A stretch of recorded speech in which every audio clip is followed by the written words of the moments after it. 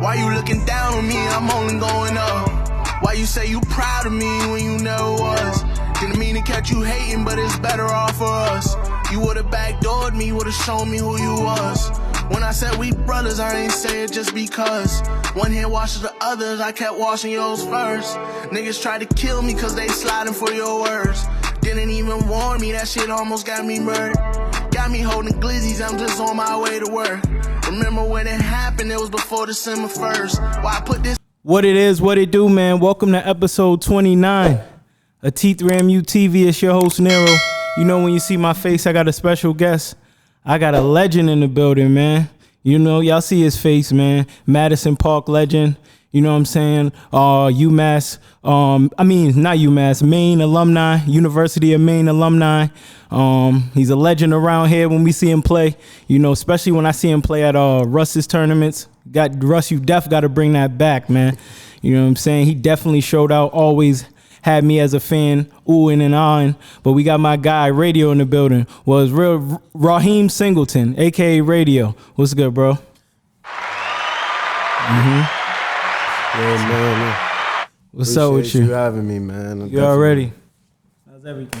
Everything's everything, man. Everything good? Yep. I know we was talking off air. You've been watching the finals. Yeah. Yeah, I'm gonna ask you on here, who you going for? Man, I just think Denver's tough, man. They get a little complacent at times, which they don't hold on to leads, but yeah. Jokic and you know what I mean, when Murray get it going, it's a tough cover, man. That's Jokic is the cheat code, man. He definitely is. So much, man. It's hard to go against that, man. I call him the slug. He ain't fast or nothing, can't jump, but he gonna give you some work. That just mean he for him to be in the position he's smart. Facts. And that's the thing. When you look at him, you're like, this dude, and he just get it done. Facts. Okay, but we're gonna get into your background. You was born and raised in Boston? Yeah, Roxbury, man. Yes, Academy sir. Homes. Okay. What was radio like growing up? Man, it's crazy because I was a baby's kid, man. Yeah. I was a little project kid, man. I was always athletic, right? Like growing up in the projects, you had to do everything. So Facts. for me, I was always a kid that I didn't like being the last pick. So I was always decent at everything, but I was never like basketball. It's crazy because I tell people all the time, I didn't choose basketball. Basketball, I was never like, oh, I can't wait to go to the NBA. Damn. Basketball wasn't my goals growing up. Growing up, in the projects, you see what you see every day, right? So for me, the first thoughts for me was being a drug dealer because that's what I seen. My crib was the hangout. I had an older sister, so everybody was over there, and I was just watching how I can do it better than everybody else. So by the time I was in middle school, that was what I was focused on, trying to make money, trying to be low key, get this bread, and you know what I mean. Okay, so middle school or just your younger days, it really wasn't the hoop thing wasn't on your mind at the moment. Nah, like I said, basketball. I played basketball in middle school only because the coach was my math teacher, and I was always good at math because I like money. So yeah, but he just seen me in gym. He's like, yo, man, you should try out for the team, and I tried out. I was like I said, I was always athletic. I was small as hell. I graduated middle school at 4'11". Damn. So you know what I mean? These kids in my class was like, we had one black teacher and the little lab cluster joint I was in. Oh, you Miss Thompson? Son, I'm like, dog, I'm in your class, bro. Yeah. They're like, oh, you got game, man. But like I said, I was always competitive. So that's that project life. You know what I mean? You wanted to. Didn't want to be the worst, didn't want to be the last pick, so I was always decent, but I didn't take basketball serious. I wasn't working on my game, wasn't doing much. I go play at the playgrounds and stuff like that because that's what my friends was doing, but other than that, I wasn't really locked in on it. Like you said, it wasn't you wasn't as a kid, I'm going to the NBA. Yeah, until my 8th grade year, after my 8th grade year, I couldn't play because I ended up failing a class. Mm-hmm. Only, it's crazy. It's craziest scenario, bro. One of my teachers, Mr. Brown, I'll never forget him. He was my original math teacher, and then my coach was my advanced math teacher. So, Mr. Brown, I'm like, yo, I'm an ace year. I'm good. I'm an ace year final. I ain't do no work for him all year. Yeah. So he's like, man, ain't no way, like, you're going to ace my final. I was already taking advanced math, so when his final came, I aced the final bonus question. I'm like, yeah, my grade's going to average out. You're going to have to give me a C. Facts. So he was so mad. He took it to the school. He took it to the principal, the principal of the lab cluster, the assistant principal, like everybody. Sat down with my moms and was like, listen, if y'all don't let me fail him, he's too smart for his own good, whatever. So they failed me, and then the coach still was like, you still part of this team. You 8th grader. So middle school, if you mess up that semester, like you're not getting that grade until like the last 3 games. Facts. So I had to just try. I was still on the team. I'm traveling, and then I didn't realize how much I missed basketball until I couldn't play my 8th grade year. Because I'm sitting there and I'm watching dudes, and they're like, man, yeah, my C-Town gonna be at this game. And I'm like, because everybody wanted to go to Charlestown when I was in middle school. Like, everybody like Charlestown, go there, get the socks, to this. You know what I mean? Yeah, they was the shit. That was what everybody was trying to go to. And I went to the Wilson, so you know what I mean. The Grover Roach was probably the best middle school. The Grover and the Timothy was always the 2 best middle schools when I was in middle school. Facts. Timothy was already, you know what I mean, redshirting dudes, getting people to stay back for an extra year. That's crazy. That's crazy. But yeah, nah. So just that, you know what I mean, knowing that I couldn't play and I had to be there still, like I would be like, man, I ain't going to practice. I'm not playing anyway. I sneak to Ashmore, and my coach would already be at Ashmore, like, yo, we got practice. Where you going? I'm like, damn, I got to go through practice, sit here. But then not being able to play was like, all right. I told myself, like, listen, I'm too smart to let grades be a reason why I don't play. So that was the change. Yeah, grades I just was like, I'm not gonna not have grades. If I want to participate in something, I'm gonna be able to participate. Facts. Okay. So I was gonna ask you what made you start playing basketball, but you always yeah, basketball. Like what really made me focus in on basketball, man. Like that summer. Going into my 9th grade year, like just 2 of my friends, two people I was with all the time, and then another dude, like my man Pee Wee, you know what I mean, rest in peace, but, you know, just used to be chilling with him, man, and we always would be together, me and a couple of my other boys, and, you know what I mean, Pee Wee ended up getting killed, going to rob this dude that we, you know what I mean, that we normally, he owed Brad, so we always used to press him, take his money, whatever. Yeah. And, you know, Pee Wee was fast. He was fast. Dude was fast. Pee Wee was faster than all of us, so he caught up to money first. You know what I mean? So after that, you know what I mean, seeing that pain and stuff that his family went through, you know what I mean, seeing a couple of my other boys end up in jail and seeing their families go through it, I'm like, all right, this lifestyle, now for me, I got to do something different. And then when I got to high school, one of my teachers, that was the JV coach, he was the gym teacher, and he was my math teacher. So another scenario where math is crazy. My math teachers ended up being the coach and was like, yo, man, you got a lot of potential. You should try out for JV. I'm like, I ain't doing nothing else. I might as well try out. Tried out, and then, I mean, that's kind of started playing. Started backup point guard to start, and I didn't like that at all because I didn't like having to be in charge of everybody. Like, playing point guard wasn't, I grew up, Allen Iverson, Kobe Bryant, my favorite 2 players. So I'm like, man, I'm trying to get these buckets, man. Yeah, you like, trying to score. Yeah, so I ended up, so it's crazy, 2 guys on our team didn't come to practice over Christmas break because, you know, JV not supposed to have practice over Christmas break. Only varsity because they're in the Christmas tournament. But our JV, if gym open, we got practice. So y'all there. We had 5 guys show up for the whole time, and that was our new starting 5. He was a kid, so I ended up moving to the 2. And that's when I kind of like started realizing, oh, I'm liking this too, because all our plays was for the wings. I was getting buckets, so I'm like, this is not bad now. This is it. Yeah. So at the end of the season, I got moved up to varsity, so that kind of like gave me more light to try out for like AAU, because I played AAU, but I was playing on a 9th grade team as an 8th grader. So it's crazy. Me and my man Stevie Mejia, we both was sitting on the bench for this 9th grade team. He went to Madison with you? Nah, we just lived. It's crazy. We lived over. So I got relocated because they was doing over the project. So I was living on Elwyn Road off of Kimberma, right there in Carmen, by Carmen Square where KFC is. Right off of Park, and he lived on Kimberma. So me, him, and then our other man, Alex, had a hoop in his backyard. So me and Stevie used to hoop every day. And so we used to go to the Dorchester Y. So we played for the Dorchester Panthers our 8th grade year on their 9th grade squad, because that was the youngest squad they had. But like we was probably just as talent wise. We was probably a little bit better than their point guards, but they was just stronger and faster. So we had to sit the back seat. Yeah, so we had to sit the back seat, and me and Stevie both was like, "Yo, we ain't sitting the bench no more." Like we used to, little boy, me and Stevie used to play in the backyard, get in a beef with each other, end up fighting, then do it all again the next day. Like, it was crazy. It was like brothers, y'all all brothers. You feel me? Always. Yeah. So to rewind it back real quick, because you told us a little bit, but so Madison, you going to Madison wasn't a choice. Nah, so me going to Madison, so like ever since I've always been in like the lab cluster programs. So I was always in like the anger management behavioral program throughout school. So the school that Madison had the best behavioral program out of all the other schools. I didn't want to go to Dorchester. I didn't want to stay that close. So I was like, yeah, Madison. My mother went to Madison. Oh, word. So, you know what I mean? It was just like, I want to go to Madison and then be able to do my own thing there. Like, and everybody like, oh, I'm going to C-Town. I'm going here. I didn't want to travel all the way to C-Town, East Boston.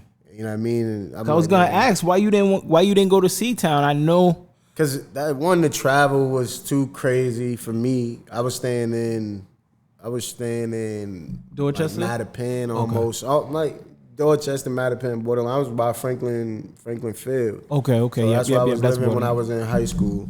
And it was just, I get on the 28, get right in front of the school. If I need to walk down the street, get down the street, get on the 22, got other options, and end up right by my school. So facts. I was like, I ain't about to get on the bus, then get on the train, and that's a hassle to go to all the And then there was already enough people going to C-Town. For me, I'm like, I'd rather go somewhere where I get a chance to, figure it out. And just because of the program that they had, it was the best situation for me. Right.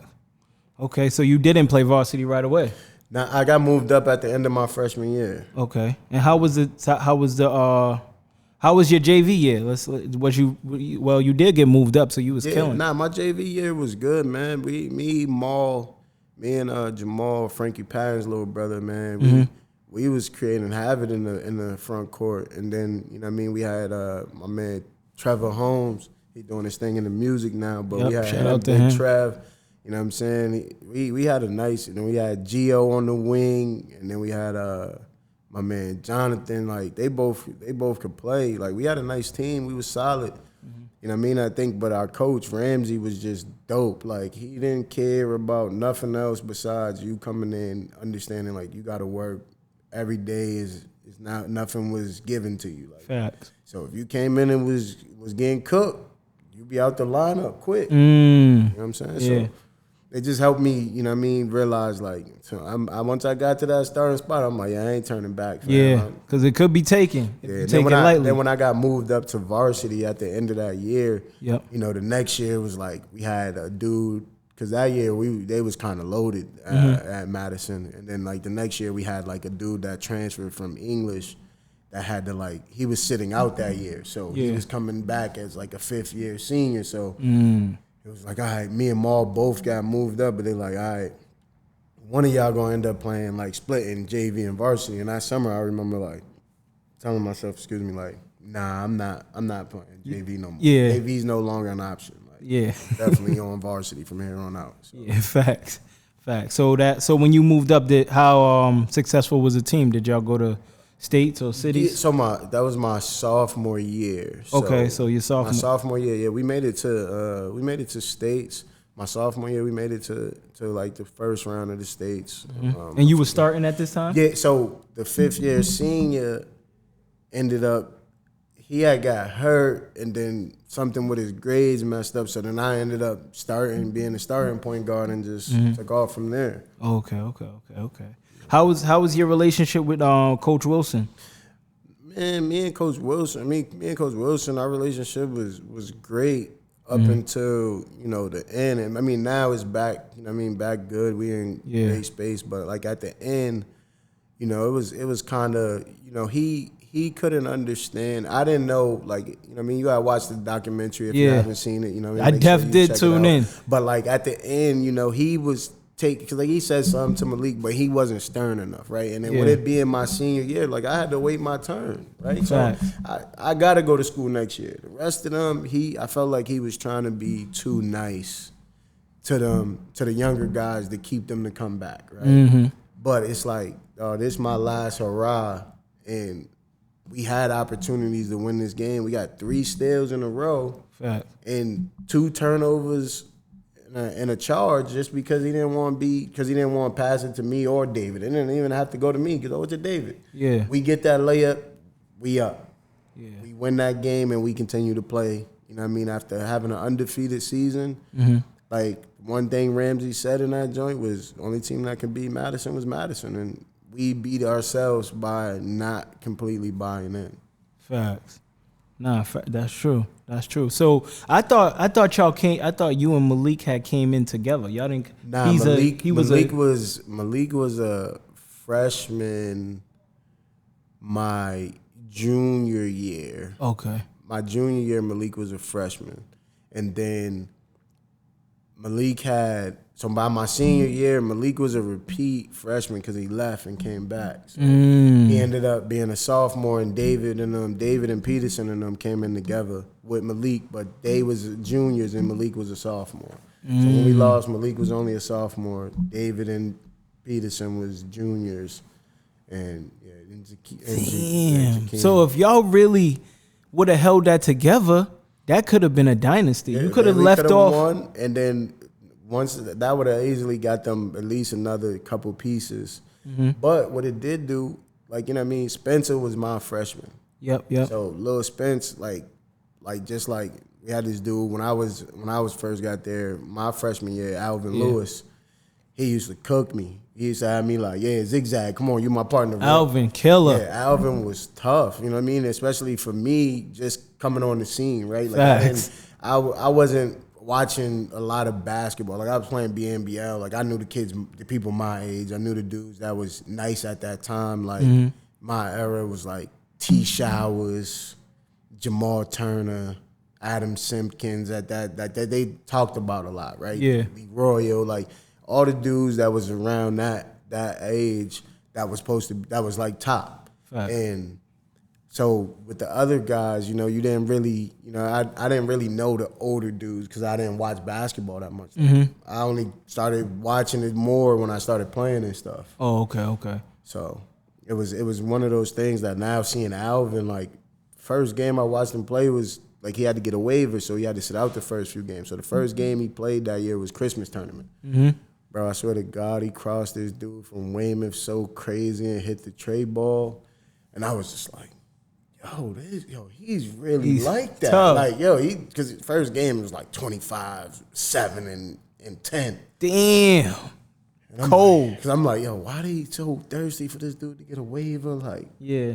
And you seen it. I watched him, and I'm like, he's killing. Like, I didn't get to see, like, Will and Stevie and them when they was in high, you know what I mean? Facts. So I wasn't following the game like that until after. Like by the time I met them, they was already in college. Yeah. So I didn't watch like high school basketball. It wasn't other than my cousin when he was, you know what I mean, at Charlestown, Jason White. Mm-hmm. But like, you know what I mean, that's still around my era. You know Facts. what I mean? Yeah. Nah, I get what you're saying. So what was it like playing for Coach Wilson? Wilson's a great dude in general. You know what I mean? He got a heart of gold. You know what I mean? He means well. I just think, you know, sometimes, you know, the biggest thing was, you know, he can be, you know, very stuck in his ways. Yeah. And I think you know what I mean, our team was able to figure it out. We had enough guys but even like, you know what I mean, it's like certain stuff don't work for everybody, right? Like, so you can't run, you know, sometimes, like I watched them a couple of years ago, I watched them play somebody and they was running some of the same sets that we was running, and I'm like, you don't even got the personnel. You got 3 players. You can't run that same stuff. But, you know, that's kind of how he is. Like, nah, this is what we're doing. This is how it is. I mean, he means well. He's a great motivational speaker, great, you know, all that. I just felt like, you know, for me, like I said, no knock to Wilson. You know what I mean? He's a great coach. He's done his time. Yeah. I just, you know, wish that, you know what I mean, that like we needed somebody more stern with our team. You know yeah. We needed Ramsey, because Ramsey now no nonsense. So Yeah. he keeps you on your P's and Q's, and it keeps us, whatever. One of Wilson's famous saying was stay hungry, stay humble, stay focused. And I feel like we lost that focus, and then everybody wasn't humble. And I think that's what kept us from being, going from an undefeated season to losing in the cities and in the states. Damn. So that junior year, y'all had to be good because that junior year we was good. We ended up overachieving that junior year. That junior year is crazy because we lost to AG and them in the South Sectional Finals at UMass Boston. We played AG and them. It's crazy. First half, AG microwave cooking us. That was like 25. Hot. Yo, swear to God, 25, bro. Like 25 at the half. Second half, we went into like a triangle and 2. So it was AG, Corey Lowe, and then so we in a triangle and 2. So, dude, Gio on our team, because we know Alexis Mongoose from around the way. Yeah. You know what I mean? So we know he can play, but that wasn't his role on that team. Fact. So Gio leaves. We in a triangle. So they in a triangle. I'm on Corey Lowe. David's on AG. So now Gio runs to Alexis. That's wide open. But he runs to Alexis instead of making him hit shots. And they had another dude that could shoot. I think his name was like Jason Rife or Riff or something like that. But he ended up hitting a couple big shots. But he was their third best player on paper anyway. Okay. So now when you leave him, that's the scout. Nah, guard them, make them other dudes beat us. And, Jason hit some big shots. And, AG and them moved on. They won the state championship. They was loaded that year. But, we was definitely in a race with them. We definitely put up a fight, though. For us to get to the South Sectional Finals, I think it was a lot. That's where the documentary came into play because they started filming. Nobody knows that they started filming towards the end of that season when they seen us making that run deep in the state tournament. And they like, okay, Wilson was like, yeah, I'm going to have Rudy come by. And that's when they really started filming. Yeah. Because that's what I was going to say. Y'all had to be nice because for them to pull it out for your senior year, y'all had to be doing something good. You feel what I'm saying? Yeah, but it's crazy because, like, Malik was on JV. Malik didn't even get moved up yet. Malik was on JV. Like, oh, he didn't play varsity right away? Nah, he played JV. Nah, it's crazy. Wow. David Daniels was probably one of a few that, like, his freshman year he played up. Malik was on JV.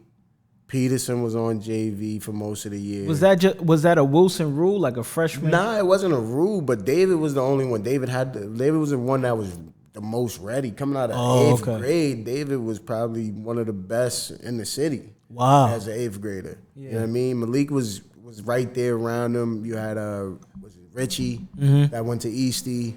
So there was enough for them that, but like, you know what I mean? David was just the most ready at that point. Yeah. Okay. So so senior year, the camera's following y'all as a team. Y'all go 20-2. Yeah. How was that whole experience? Man, it was bittersweet for me because I already knew I could sense that like dudes wasn't all the way bought in, right? And that I could feel that dudes was doing their own thing and just kind of. I can see David and Malik playing a little buddy game. You just pass it to me, I just pass it to you type deal. I could see the writing on the wall, and I kept trying to like get Wilson to realize it. Yeah. But it was just tough. You know what I mean? And it was tough for me because I was sacrificing, right? Like I even with Malik from Heat Street, I'm from Academy. So that was already something that kind of like. You know what I mean? We didn't have any real rifts, but the tension was there. Right? Yeah. Because it's like, you know what I mean? Like, we don't get along. We didn't get along with each other based off of that. But, like, for me, I was able to just keep it basketball. Like, there was time, many times I knew like, little situations where people trying, play funny, set them up, or Shorty telling him to come over there, and I go tell him, like, yo, just get a ride home with your dad, get a ride home with Coach Wilson. Don't go there. Just go ahead and get a ride. Facts. That's real shit. But just because I'm like, for me, it's like I felt like as a basketball player, that's the only reason why a lot of times, I got passes from Most places. I don't go to Heat Street. That was one place I didn't go. But everywhere else, they knew when I was there for basketball. Oh, yeah, he from there, but he played basketball. Like I wasn't, you know what I mean, trying to live a double life. That's why when I started hooping and dudes started seeing me do well, all the hood dudes from my way was like, yo, you ain't gonna be out here doing dumb stuff. Go hoop. Facts. That's real. So. That's real. So yeah, that senior season, you averaged 22 points, 8 assists, 6 rebounds. You was balling. You was putting on. Man, it's crazy though, cause like when you think about it, like, I mean, for me it wasn't about the stats. Like I knew that for me it's always been about winning, right? Yeah. For me, I never been that guy because I had to get it out the mud, right? So I never been a guy that's like, oh, I'm worried about how many points I got. I'm worried about. Nah, for me, it was like, yo, are we gonna win? Like, because all these stats don't mean nothing if we don't win. If you don't pull the W out. There was so many games that I'd just be like, you know what I mean? Like, big games was the ones that I knew, like, all right, I got to show out. Tonight's this, you know what I mean? Where, like, there's games where I'm like, oh, we play, like, now it's crazy because a lot of these schools are good now, but, like, oh, we got Latin Academy, all right, coach tonight. Like, let me hook up the dudes that don't usually play or make sure that, you know what I mean, I get decent numbers, but I'm not going to be playing much, right? We play, like, any schools we play Fenway, 20-piece, you know what I mean? Play Snowden, you know what I mean? Like, those are the teams that you knew, like, all right, cool, this is going to be an easy wipe down session, but, you know what I mean? For me, it's like, you know what I mean? Even after the big games, like, every interview, we can go back and look at it, like, I was always saying, like, it's my teammates. It's, you know what I mean? I always was giving them their props because I knew that, you know what I mean, us winning was going to be enough for me to be straight, right? Like how I am as a player, my work ethic, the different things.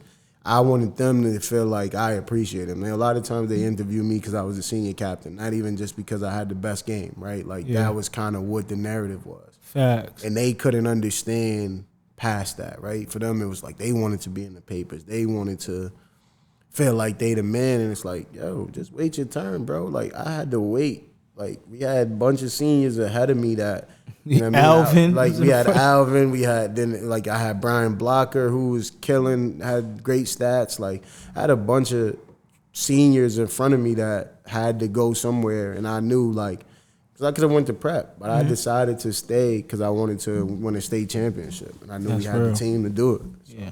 Nah, that's real because you thought about the team. You could have left. Yeah. Okay. So, Looking back at the documentary, right? Is there anything you would change, or you would just say that's something that was just a part of your path as a basketball player? Nah, I don't. I mean, at the end of the day, my journey. I don't think there's much in my journey to get to where I am today that I would change because it all helped me, right? It all helped me develop a mindset. It helped me get to who I am today, and it also helped me realize that it's not easy, right? Like, and I realized how much I wanted it, right? Because that's the thing that a lot of people don't realize now. Everybody plays basketball because they like the notoriety of it. They like the fact of being able to say, like, I'm a hooper, I'm this, and they like the instant gratification that people look at you different when you can hoop. But they don't realize that, like I love it. You know what I mean? Like, and I know every step of the way.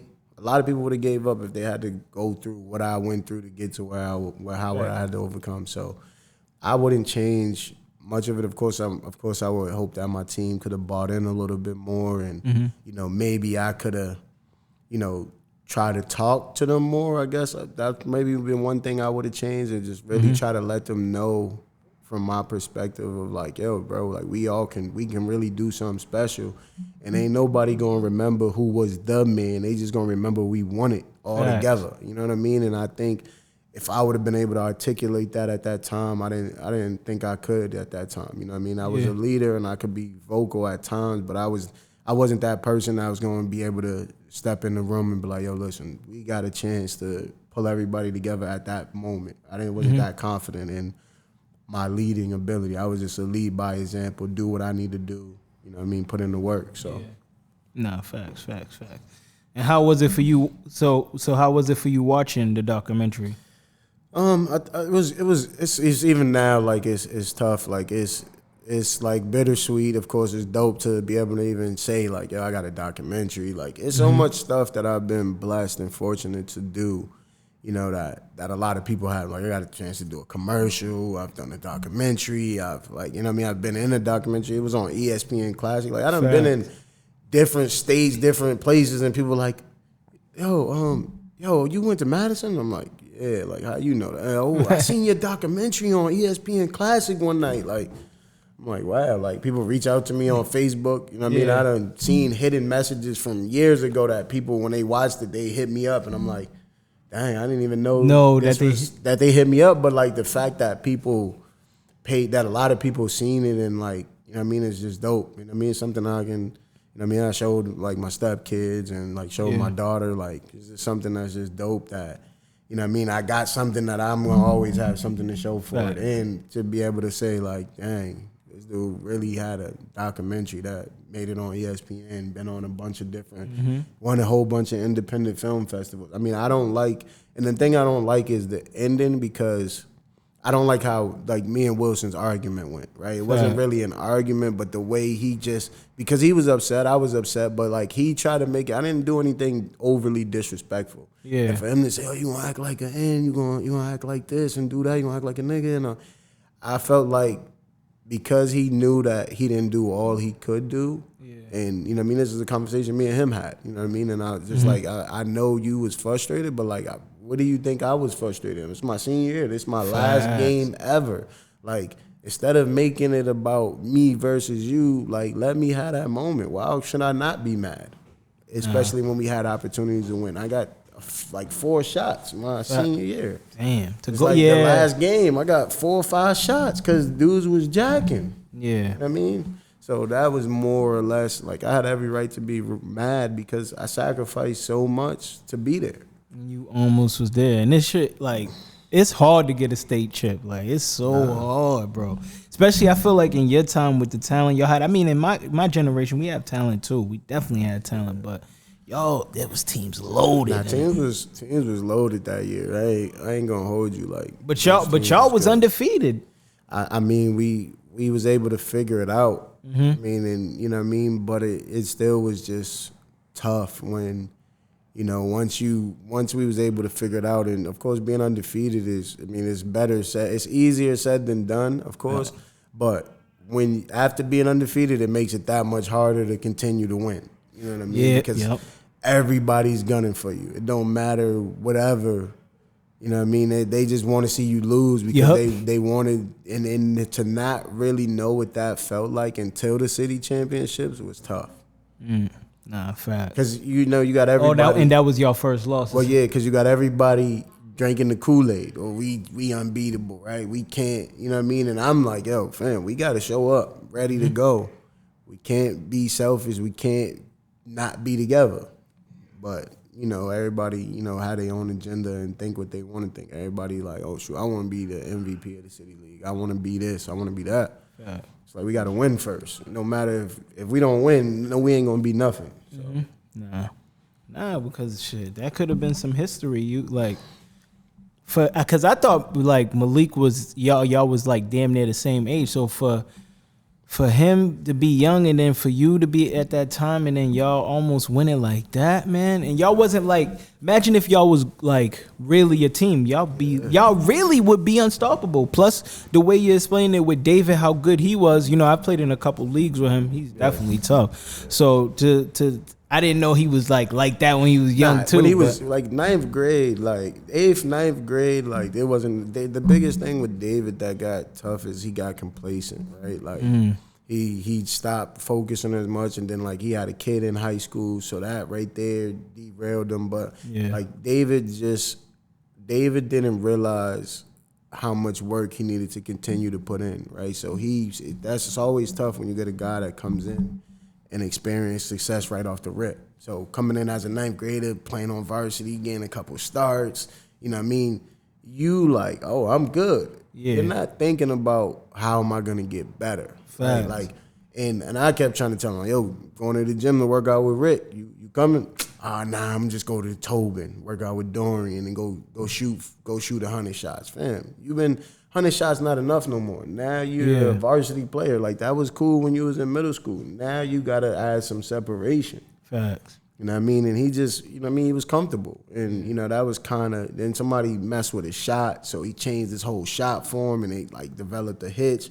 So that was another thing that was tough with him. So, you know what I mean? Just little stuff, man. Life hit David hard, and just kind of, you know what I mean? He was still able to be competitive because he knew how to play first and foremost. So he was always smart, but, like, you know, was part. I would he say could shoot freshman year. Like, his jump shot was cash. So like, then like sophomore year he changed. His sophomore year he changed it. Like, he had a little hitch in it, and that his percentage went down. So like, a lot of stuff started to change for him. So he went from being a guy that you would think would be one of our best players because he played freshman year, coming back to sophomore year being like the fourth option. It was tough for him mentally. Yeah.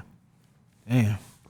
But leaving high school, you was named Boston Globe basketball to the Boston boys basketball super team in 2007. Did you have D1 offers leaving Madison? So yeah, I got named. What is it? The super team, the dream team. That's what they called it. So that was on the dream team. I did get one offer leaving Madison. I was already planning on going to prep. Yeah. So that was my main thought. I was actually going to Notre Dame prep. And then we played in the Play It Safe tournament. So we was playing at the rec, and we played Lee School. So they had Tommy Hubbard, which is Sleepy's older brother. Okay. He was going to East Tennessee State. So East Tennessee State coach came to watch us play them, and Leo brought the coach to watch Tommy play, of course. Right? So Tommy was already going there, and then when they seen me, the coach was like, yo, I like him. They started like, yo, we wanted to bring you on a visit. Like, I went on a visit and everything. I went there, and I'm like, oh, man, I'm about to go here. Like, you know what I mean? First D1 experience, of course, first visit, and I'm like, yo, I love it here. Like, I'm about to, this my spot. Like, I'm coming here. Tommy already there. Somebody I know when we played AAU together from time to time. I'm like, yeah, I'm about to easily come here. The guys was dope, and then, like, you know what I mean? I had to get my SAT scores. So crazy story. So I'm like, all right, SAT. I didn't take SAT prep because I'm like, I was planning on going to prep. So I'm like, all right, but since I'm not going to prep school, I got an offer now.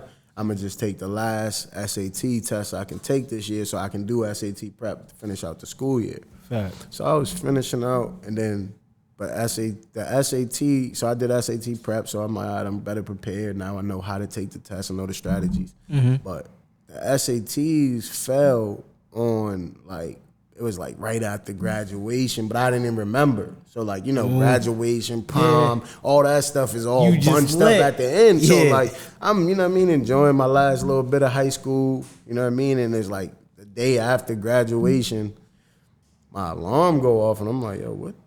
My alarm going off on a Saturday. The SATs. So I book it from, literally, I live right on Stratton Street, so right across from Franklin Field. I had to run from Franklin Field to the King. Okay. Because the buses run slow on Saturday, so I'm looking for the bus, no bus, so I end up running. I run all the way from Franklin Field to the King Middle School. Damn. And I get there, I'm drenched in sweat, whatever. All right, cool. I get there, I'm taking the test. So they give you that like 20-minute break that they at the end, like, yo, just you can do whatever, you can take a walk, you can put your head down, be back here, whatever. Put my head down, fell asleep. Ain't nobody wake me up, nothing. I missed the score I needed by 25 points. Damn. To match my grade point average to be able to accept the scholarship to East Tennessee State. So after that, it was like, damn, all right, now I got to go prep school or JUCO. Yeah. So I went to prep school. Oh, you went to prep school? Yeah. What prep school did you go to? I went to Laurinburg Institute. Okay. Probably living-wise, and probably the worst prep school in America, right? In North Carolina, but... So who went to my prep school? So Antonio Anderson. So 3 of the starters that played on that team with Derrick Rose from Memphis when they made it to the championship. So it was Antonio Anderson, who's from Lynn. And you had Dorsey and Dozier Them three went to my prep school with two other. They had like Chase McGrady, which is Tracy McGrady's little brother, and then another dude. But you wouldn't know neither one of them because they didn't get off the bench, right? But so Cal had took the whole starting five from that school previously and brought them to Memphis. So he wanted our whole starting five when I was at Laurinburg. Like he wanted me, Fresh, who went to East Boston and then played with me at Monroe and a bunch of other stuff. But like we played AAU together, so we went out there together. Yeah. And then we had these three dudes on our team from South Carolina. But when Cal came and was like, yeah, he want us to go to Memphis, I'm like, we played against Tyreek Evans that year, so we knew he was going to Memphis. After Derrick Rose is one and done, we knew the next best player is going to go there. Facts. And so for me, I'm like, yo, two or three of us not playing if we go to Memphis. And I'm like, I already had URI on the table. I'm like, my mom was sick. I want to be closer to home, so I told the headmaster, like, nah, I want to go to URI. Okay. Once I told him no, he was like, and then everybody else was like, Aaron had Drake. One of the other dudes had South Carolina. Other one had Clemson. Other one had NC State. So everybody like, nah, I want to go here. I want to go here. So he's like, all right. Well, when the clearinghouse called, just know I can make it seem like you never went to school here. So I took my SATs, got the scores I needed to match my grade point average. But he never sent the letter saying that I actually was enrolled in school at Laurinburg. So because he didn't send that letter to the clearinghouse, my scores was null and void. So I had to go to JUCO. So the coach at Providence that was recruiting me, he had took the job he was at Rhode Island. He took the job at Providence. And he's like, yo, look, just go to this JUCO, go to the JUCO for a year, and then we'll bring you to Providence. So I'm like, all right, bet. Got to Monroe in upstate New York. The year I got to junior college was when they made the rule that if you go to JUCO, you got to stay 2 years and graduate in order to accept the Division I scholarship. So ended up thinking I was going there for one and then being out. Ended up having to stay for two. Stay there for two. Yeah. Okay. So that's when you was at Monroe. Yeah. And what was so that's how you ended up at Monroe. How was your relationship with that coach? Man, Coach Burns, that's my dog to this day. I mean, me and him still talk. I mean, I still help him get players and different stuff. He loved getting guys from out this way. Because before I went there, it's crazy that I didn't even know until I got there, but Tony Chapman played for him. Whoa, oh, for real? Yeah, Tony Chapman, I went there after leaving C-Town and went there and played for him for a little bit and then went to play at the University of Ohio. Yep. So it's crazy that T. Chapman had played for him and then I came. He's like, man, I love Boston guards, man. Like, y'all got hard like a lion. So like ever since then it was cool. And my coach, it's crazy. He played for Stan Van Gundy in his first coaching gig. So Stan Van Gundy coached him in college. Oh, that's dope. That's dope. Yeah. Did Stan didn't never come up to practice? Nah, we got to go. Actually, I went out there with him and his son to Orlando when Stan was in Orlando with Dwight Howard, Jermaine Nelson, and them. Like, so when they was actually pretty good, like, I got to go to Orlando with them. Oh, that was tough. That's tough. So while you was at Monroe, this was what, your second season you played there when y'all went 29-4? Yep. I think that was my second year. So we actually went under. We lost 2 games all season. So we was the number 1 team in the nation D2 my sophomore year. Yep. Yeah. Averaging 15 points, 5 assists, 3 rebounds, and 2 steals. And you was named NJCAA third team All-American. Man, I still got robbed on that one, man. I mean, oh, you felt you was supposed to be first team? Man, was I? I mean, like there was nobody that really you could say had a better season than me, but Nationals went crazy for me. Nationals, first game of Nationals, I sprained my ankle bad. Like I always wore like low tops and stuff like that since like college, since I started in college. So I had like Kobe's, my ankle swollen over, but it's National. I'm not gonna play. Yeah, right? You're not saying no. First game we lose because we had the morning game, which I don't understand how the number 1 seed gets the morning game, but whatever. Yeah, right. You know what I mean? So we played the morning game. Then after that, the next game, I'm playing hurt because I sat out most of the first game. So now what happens is while we're playing, so I'm still cooking. One leg, we press the whole game. We do a 2-2-1. So because I'm hurt, I'm all the way back on the press. Yeah. So I came down hobbling, hit a floater, and I'm like getting back on defense. One of their players like leaked out. So I'm probably at like half court. He's at like the 3-point line. So and I already had 4 or 5. So I was just gonna run by, swipe, let him get the layup. Like hopefully he missed. Yeah. So he gets to like. So by the time he gets to the foul line, I'm at like the 3-point line. Yeah. And he literally like just steps in front of me and jumps. And so like I couldn't slow down, couldn't stop, like ran into his leg, come back, try to help him up, like, you know what I mean? Wasn't no ill will or nothing. So the fans, you know, the fans are fans. They, that's a flag, gonna get him, like, that's whatever. So the refs react off of how the fans react. They end up ejecting me from the game. Wow. So, and this is already like, mind you, this is like double, triple. It's already like double, triple, like double overtime, right? Yeah. Double, triple overtime. Y'all whatever. going at it. So now I get sent to the locker room, whatever. My team ended up pulling it out. So they went in like quadruple overtime or something crazy, right? So now they come in, we sell them, word. Then they like, my coach is like, yeah, but because you got ejected, you can't play next game. So I'm like, all right, whatever. I'll just sit on the bench, cheer my teammates on. So then what happens is the board goes, so they didn't want us to win to begin with, right? Like, they didn't like my coach. They don't like how the girls' team always win and like stuff like that. So they was already jerk you. So they basically was like, yo, nah, we not letting he can't play the rest of nationals.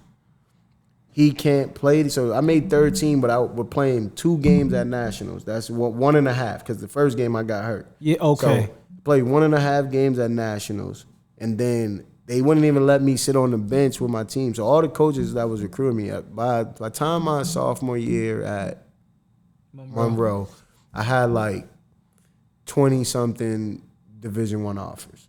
So I had 20-something schools, and that's when I stopped taking offers. You know what I mean? My coach told me like, I think he told me like 30-something that he knew of, because when after 20, I like cut him off, like, all right, no more, like, because I already numbering down schools, but some other schools called after that. But anyway, long story short, it was just like, all right, so without playing, and then they didn't let me in the gym until the award ceremony. So like I had to watch my team play from like a local like restaurant bar type place on like a local TV with one of the with the 4th assistant. Me and him just was sitting there watching the game. I couldn't even go in the gym. That's what. Couldn't do nothing. Like, so even all the coaches that was recruiting me, they was all calling me like, nah, we know you're not a dirty player. That was bogus. There's no way. You know what I mean? But like I just was in a bubble. You know what I'm saying? So it was crazy. Damn. What was your favorite game at Monroe?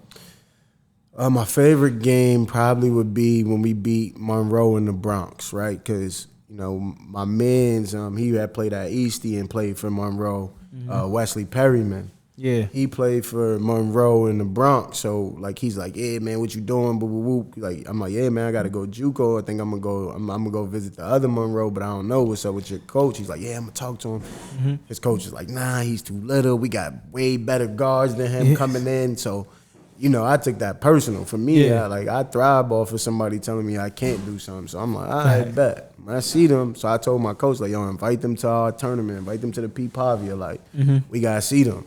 And they had this big dude, AJ, and I already had a personal with him because he played at American Christian with Tyreek.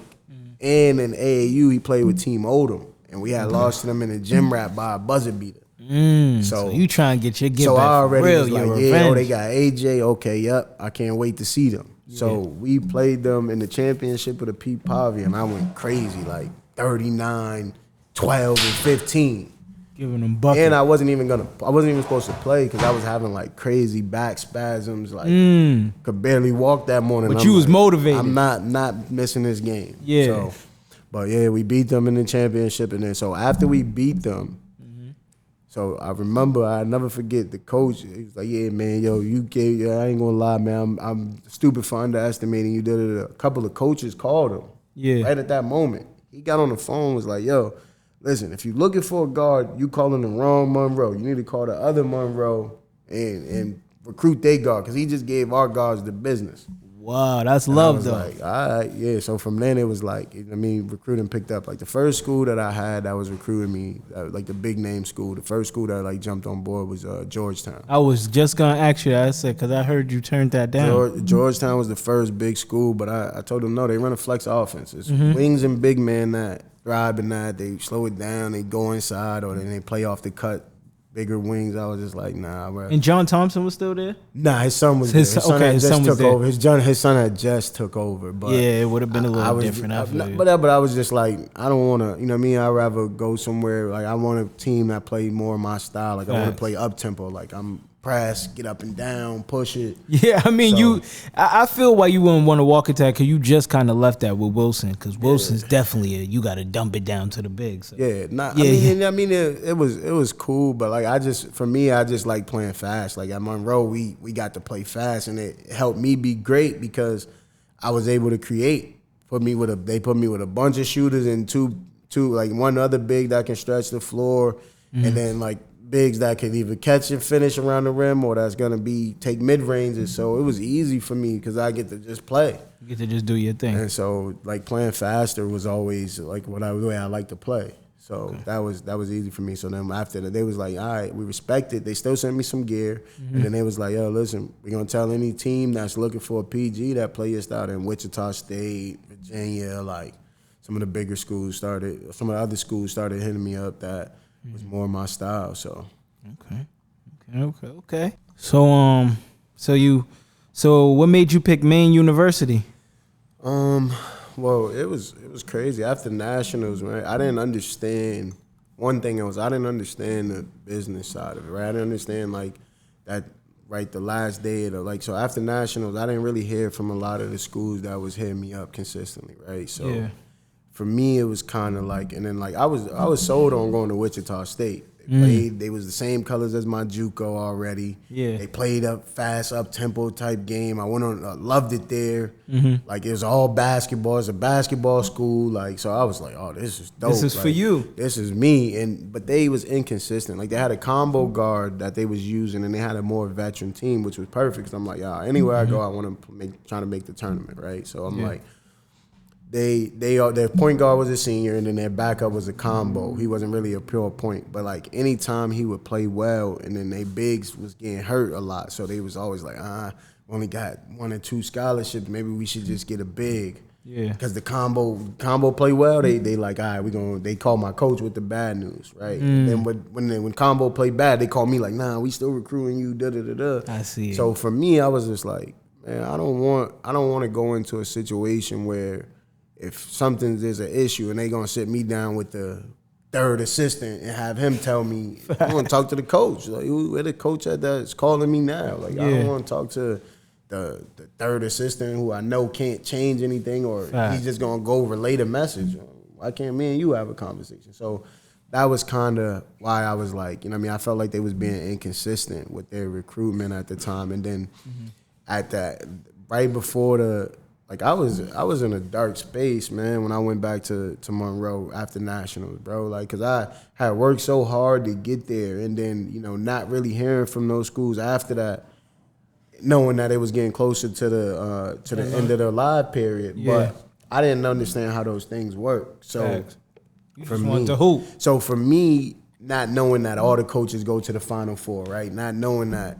Like they all getting ready to go to the Final Four to network and see where they can move to or see if there's a better job in the works for them. I didn't understand that part of it. So when everybody wasn't saying nothing, and then I went back to school on a rampage because I'm like when all this happened at nationals, this chick I was talking to at the time had got the R-rated letter in my room. Me and her wasn't even like talking like that, but she got the R-rated because she seen her enough. The R-rated letter in my room without my permission.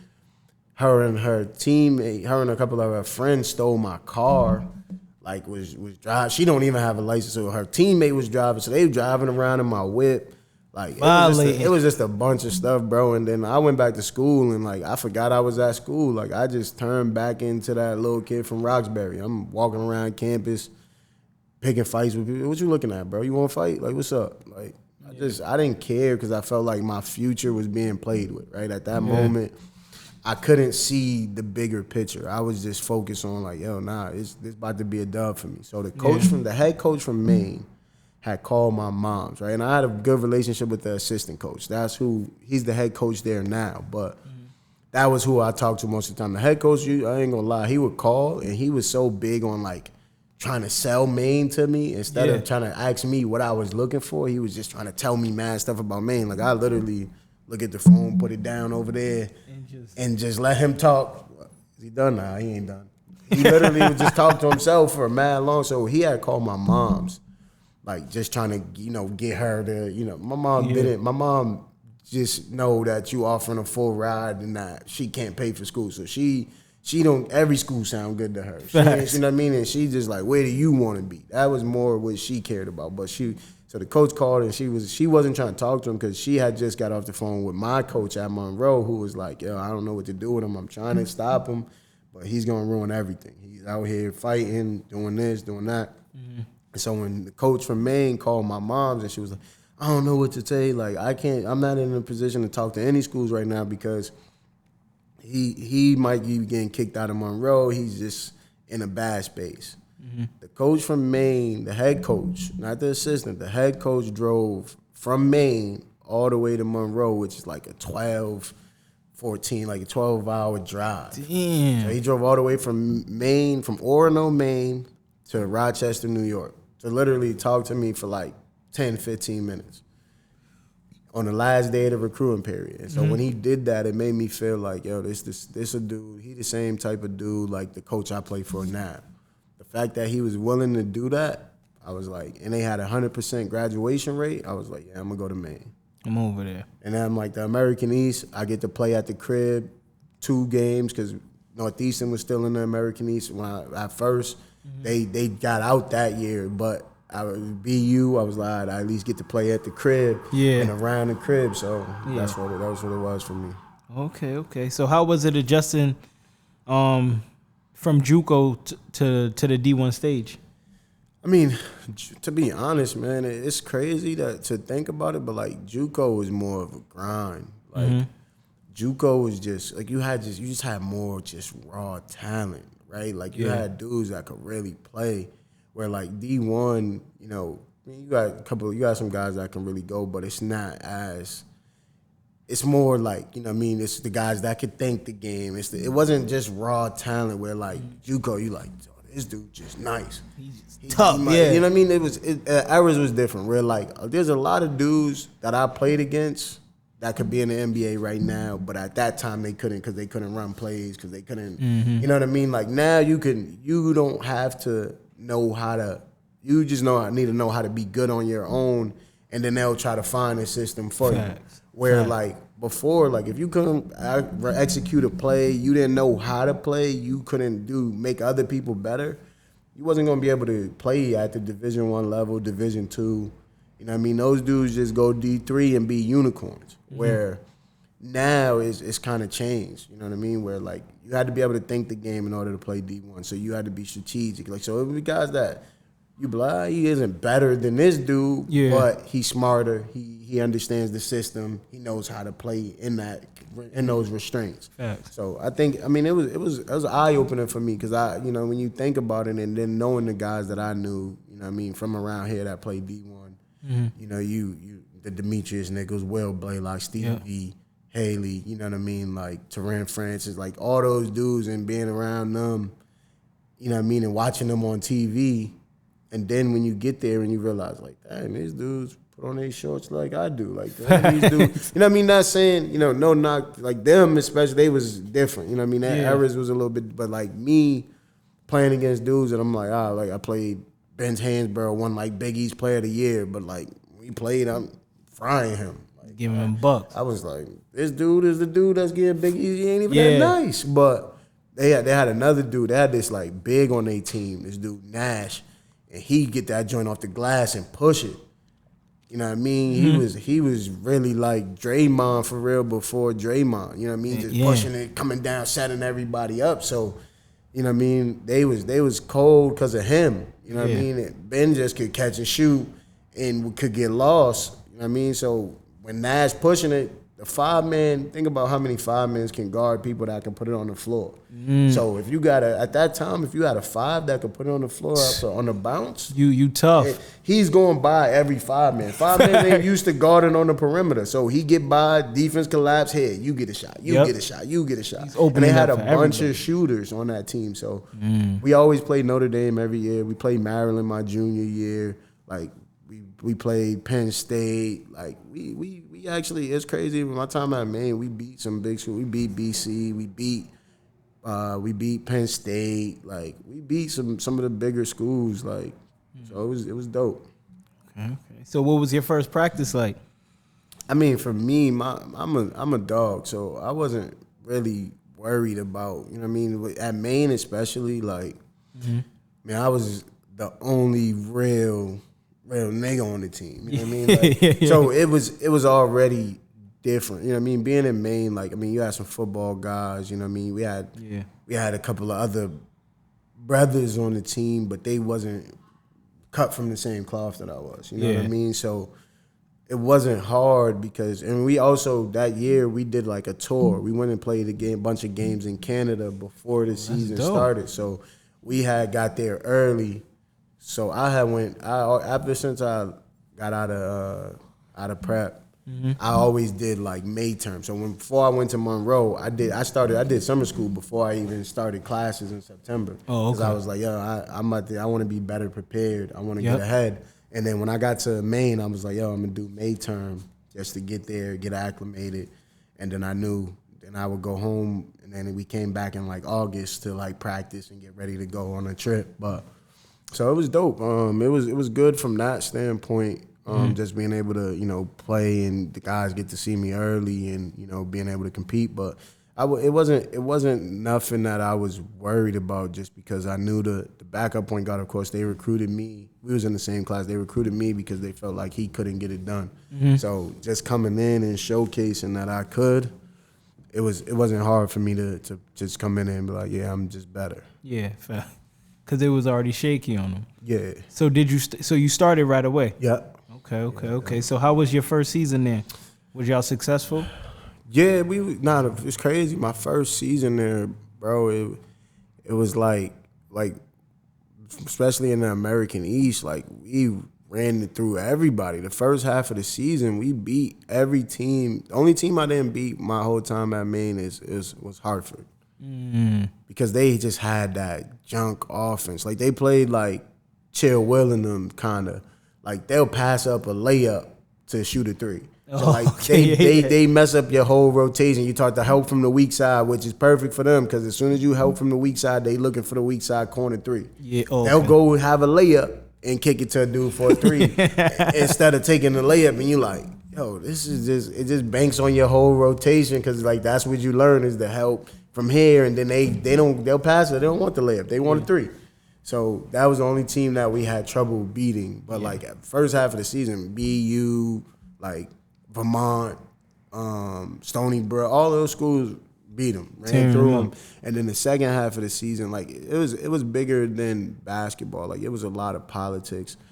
It's crazy because a lot of the parents didn't like me, just based off of they liked the kid Drew, and then one of the parents, the dude that was our leading scorer before. You know what I mean? His mom's kind of turned the parents against me. Like, she just, like, one dude on our team, he was the type of dude that, like, if we win and he had a bad game, he'd be pissed. If we lost and he had a good game, he'd be happy. And he was the leading scorer for so long. But when I got there, we had another dude, Troy Barnes, he's still playing overseas, that, like, he was just a glue guy that emerged into our, because he played hard. So I'm like, Troy, run the floor, throw it over the top, you get a layup. Facts. He run, getting layups. Then he pick and roll. We playing pick and roll to a T. He's getting all type of buckets. And then he got great footwork, so he was scoring on the post. He started to emerge as our best player, and because we was playing faster. Yep. Right, and Jared was so used to being Jared get it. He the black hole. He ain't giving it to nobody. He gonna take tough shots.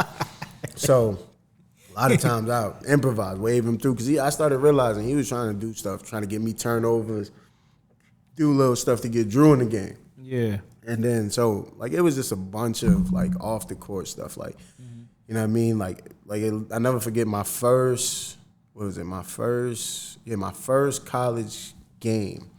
We played Utah Valley State at Utah Valley, right? So, you know what I mean? I'm having a decent game. I mean, I probably had about 8-9 points at this time. But I mid-range, at that time, mid-range was my game. Like, I get to my mid-range off the screen, get to my pull-up, and I can get to the rim, of course, and, you know what I mean, posting up smaller guards. But, like, mid-range was, like, that's my bread and butter, get to that. And I ain't hit a jumper all game. But so now we was down 2 with, like, 8 seconds or something like that. So my coach drop a play, for me to come off a high screen and roll. You know what I mean? Gerald's in the corner. So, of course, if his man helped kick it to Gerald, because he was one of the best shooting-wise, percentage-wise, he was one of the best shooters in the nation. And so, no, it's like his man didn't help. And then I heard the screener yell, under. So he went under. I hit the mid-range. Boom. That's the shot. Take us to overtime. When we get to overtime, I call it first 3 possessions of overtime. I run that same play. Yo, Lee, same play. Jared over there. Come off. Swap, swap, swap, swap. Game out of reach. Game over, right? After the game, this is when I realized that the parents wasn't rocking with me. After the game, we get there. The parents is saying, good game. The dudes that didn't even take off their warm-up. Good game, such and such. Good game. And it was only me and my teammate from Scotland, my man Ali. We was the only 2 newcomers on the team. Everybody else had already been there. We was the only 2 scholarships they had. So and I'm just like, dang, none of the only parents that said something, because all the parents travel. They all have money. You know what I mean? Now that their kids got scholarships, they must have just used the money they was going to use to travel and support them. So I'm sitting there and I'm like, dang, all these dudes' parents is here telling dudes that good game, such and such. They ain't take off his warm up. Facts. He ain't do nothing. They ain't say nothing to me, and I'm just like, dang, what's this about, right? Like it was one of those things. And then the next day, we went from there to Maryland, right? So get to Maryland, and we about to play Maryland that next. So we had breakfast, right? Me and Ali wake up, get downstairs, and you know, Coach Woodward, the head coach, he walked by. She's like, oh hey, what's up? So we see Coach Markwood is the guy that was recruiting me. He's a black dude from Maine, but, you know what I mean, Coach Woodward is this old white dude, whatever. So he comes by. So me and Ali's in line, and I had braids at the time, so I just woke up. I didn't even remember that I had my do-rag on. You know, you sleep. We got to get to breakfast. You know what I mean? You don't even realize it. So we in line. Coach Woodward was like, hey, guys. Hey, radio. Hey, Ali, how'd you sleep? You know what I mean? Shooting the shit with us. Yeah. I'm like, yeah, we straight. You know what I mean? Everything good, cool. And he walks. Mark was like 5 people behind us. He goes and walks up to Coach Markwood and was like, hey, Coach Markwood, can you tell Radio to take off his do-rag? Fam, you just had a whole conversation with us and you didn't ask me. That's when I realized, like, yo, my coach is scared of me. Yo, no. You know what I mean? And I was just like, yo, like, this is really the reality of it. And so, like, even then the parents used to go on blogs and, like, the one, Gerald's mom used to go on blogs, make fake screen names. Like, just saying, like, oh, Singleton shouldn't be the starting point guard because his braids don't allow him to see the floor properly. Like, just saying, like, outrageous stuff to, like, try to just, like, you know what I mean, throw you off and make you do something that... It was bad, bro. Yeah. Damn, that's crazy. So how far did y'all go that season? Did y'all win the conference? We lost. So the second half, everything went downhill. First half of the season, we smacked everybody. Second half, it was like we almost lost to everybody, only because our coach he's an X's and O guy. Mm-hmm. He never played he played the game, and he's big on X's and O's, so he couldn't, like, even when I improvise on a play, he'd be like, that's not my play. Bro, it's the same play. Look, all I do is throw it to him, get it back, and then he go on the other side. I just sent him through because he don't hold the guy off, so I tell him to go through. I still come off a pick and roll. He still get the lift on the weak side. Fair. Nothing changed. I just didn't throw it to him to start the play. Mm-hmm. You know what I mean? And he used to be like, and the coach would be like, yeah, he is right. And he used to hate that. But just run it how I draw it up. Nah, that's not what's going to work.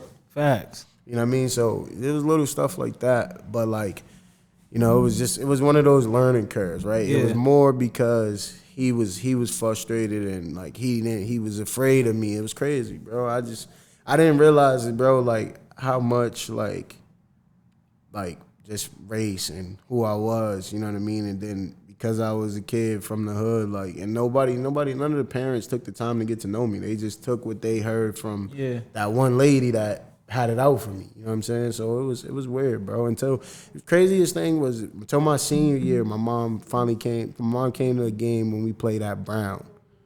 And Gerald's mom I'm having a game of my life. I'm coming out, I ain't miss a shot. I'm hitting everything. I'm like 5, everything like clicking. 6 for 6, dropping dimes, drop-offs, everything. Gerald just ain't getting no shots because his man wasn't helping, right? So his mom's just like, get him. That's not a point guard. He's scoring too much. He's doing, like, literally just throwing shade. And she always would try to throw some shade. Yeah. You know what I'm saying? And I used to press Gerald, like, yo, bro, you better tell your mom, chill out, bro. Like, or me and you gonna have an issue. Facts. You know what I'm saying? But, like, I can't control my mom. But, all right, cool. So my mom already was hearing about stuff. So when she seen, like, wait, she went over there and tapped it. Like, excuse me, what are you doing? Yeah. Like, my mom don't hold no punches. My mom's always been an old school thug. So shout out to moms. Mom's already pressed her. Like, really was like, she was like, what do you mean? He's not playing.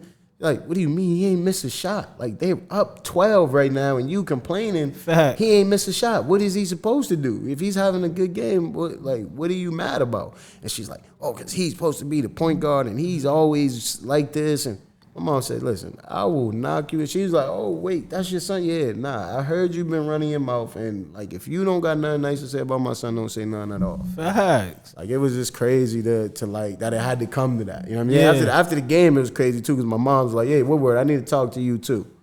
So Woodward tried to sneak on the bus. My mom came out to the bus and had him get off the bus. Like, yeah, come in. Come on, like, nah, I told you I needed to talk to you. So, I mean, it took for stuff like that to really realize, like, nobody understands, like, what it was like for me being in Maine and learning how to adjust, right? Learning how to move, learning how to navigate. Especially, you know what I mean, kind of being on an island because, the football dudes, they still the football dudes, right? Like, they was cool, some of them from, similar backgrounds, but it still was just like you don't hang out with them much, right? Yeah, facts. You say what up, whatever. But like, luckily, one of my boys that he ran track, and like that's still my dog to this day. But my man TJ, it was definitely big for me really like locking in with him, and just having somebody else that I could just kick it with and navigate through because it was crazy the amount of stuff I had to deal with being a black man in Maine and being misunderstood. So. Facts. Damn. So what did you learn about yourself playing on that level? I mean, I learned that like I can hoop with anybody. I mean, for me it was always like, yo, dude, you too small to go D1. Oh, you can't run a team good enough to play D1. Yeah. For me, it was always about, you know what I mean, and that's kind of what drove me was proving everybody wrong. Everything you say I can, I'm gonna do. Yep. And then coming home in the summers, it was big for me because like. I mean, my senior year, I played my whole senior year hurt with a stress fracture in my leg, and I was just like, I ain't trying to sit out. Like I'm trying to get done with school. I'm gonna get done. I want to finish this season, get done with school, and go play pro. Yeah. Right? Because I'm coming home in the summer and I'm playing with Big Baby, Avery Bradley, right? Yep. I'm playing with Boston Will, you know what I mean? Playing with Courtney Eldridge, hooping with real hoopers in the summer, and like Big Baby and dudes is like, yo. Where he play at? Yeah. What school he go to? Yo, he's tough. Yeah. Man, big baby. We in the gym. Big baby picking me second pick. Yo, yeah. I got radio. Hey, radio. Come off this screen, cuz, and let that joint fly, man. Hey, listen, you gonna be wide open, cuz. They gonna help. They gonna stop you and help off of me. You already know what to do if they do that. So like we running the summer run. Yeah. You know what I'm saying? It was crazy. And then that's when I had to realize that like one day we was at Hell Point, I was frying.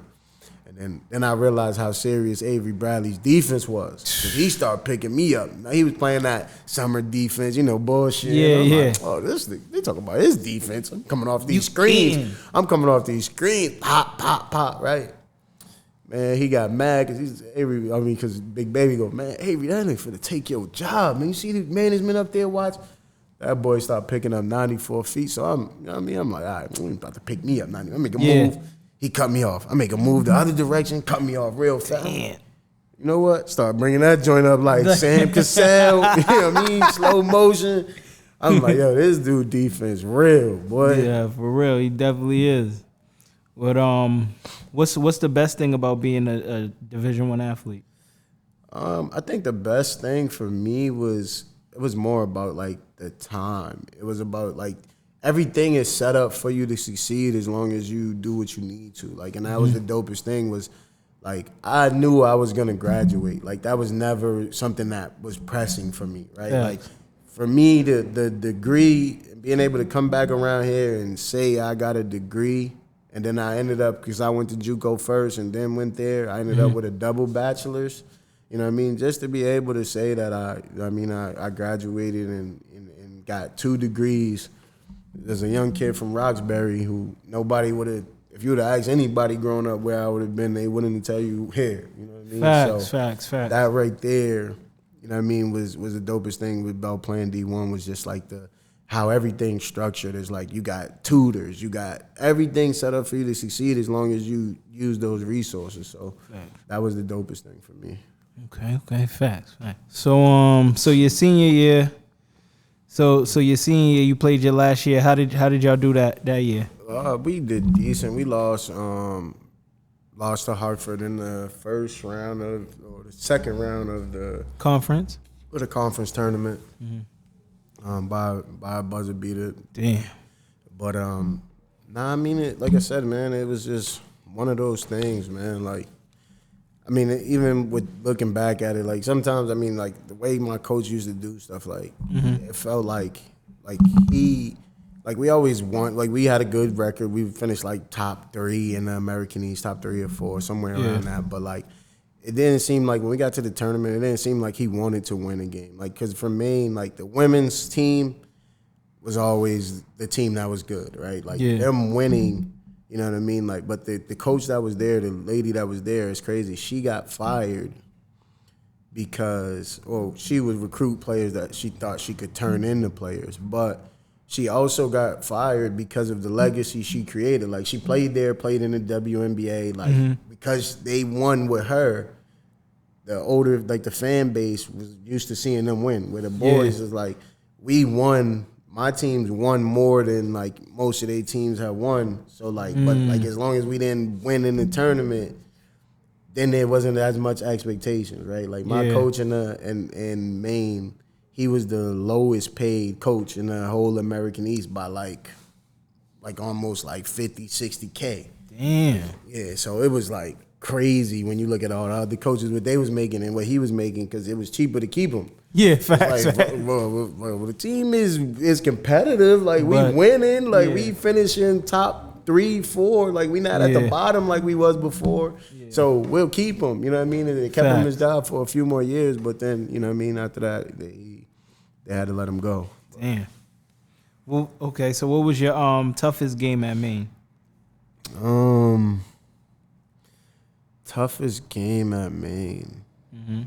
I don't really know. I mean, of course, we had, you play some of the bigger schools, but it's like, even with that, I always, I feel some of my toughest games definitely was in conference. They had this one dude, DeRosa, he played at UMBC, and he had the ultimate green light. That was, one of the toughest matchups for me, because he just would come down and could do whatever. It didn't matter. It was always, whatever the play was, he could just ISO at any time. He was playing with house money. He was just, every time he could just go get a bucket at any time. And I'm like, man, I ain't trying to chase this dude around.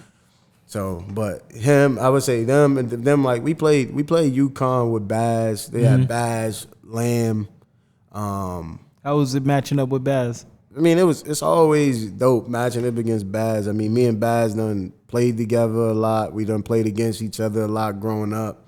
You know what I mean? And whenever you see, especially on those stages, bro, seeing people that came from where you came from and that you done been in the trenches with, you know what I mean? To see them on that stage is always dope, right? I mean, seeing him, Alex, you know what I mean? Maul, Coon, you know what I mean? Just seeing them all on that, you know what I mean, in that stage when we all done played at Washington Park together. You know what I'm saying?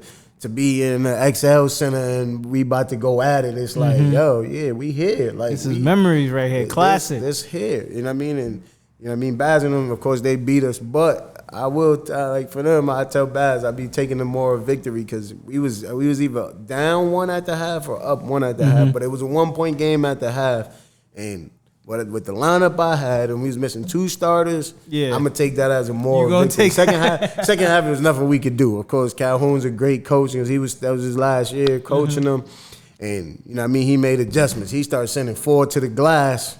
There was nothing we was gonna be able to do. He started sending Alex Oriaki. Drummond was on their team. Damn. And they had this other chump, Olander. All three of them to the glass and Lamb. Damn. So it'd be like somebody missed, somebody else missed, then Drummond get it and one. Like every possession was like that. Somebody get it, miss, get the rebound, and one. Like, yeah, dude, he probably told Drummond he better not miss another rebound second half. He just told them, listen, y'all, we all gonna crash the glass. They can't box us all out. And there was nothing we could do at that point.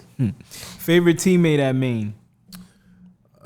Favorite teammate, probably my man Ali for sure. My man Ali from Scotland. I was gonna say that. That's my dog, man. Like that, though. He the funniest dude, man. I never forget, man. Put my son on the Meek Mills. Yeah. I never forget the joint. His favorite song on that joint was when it drop off, like only hope I had was selling dope. Oh, Hearing him say that with a Scottish accent, bro, it was crazy, bro. Like, but that's my dog, man. Shout out to him, man, for real.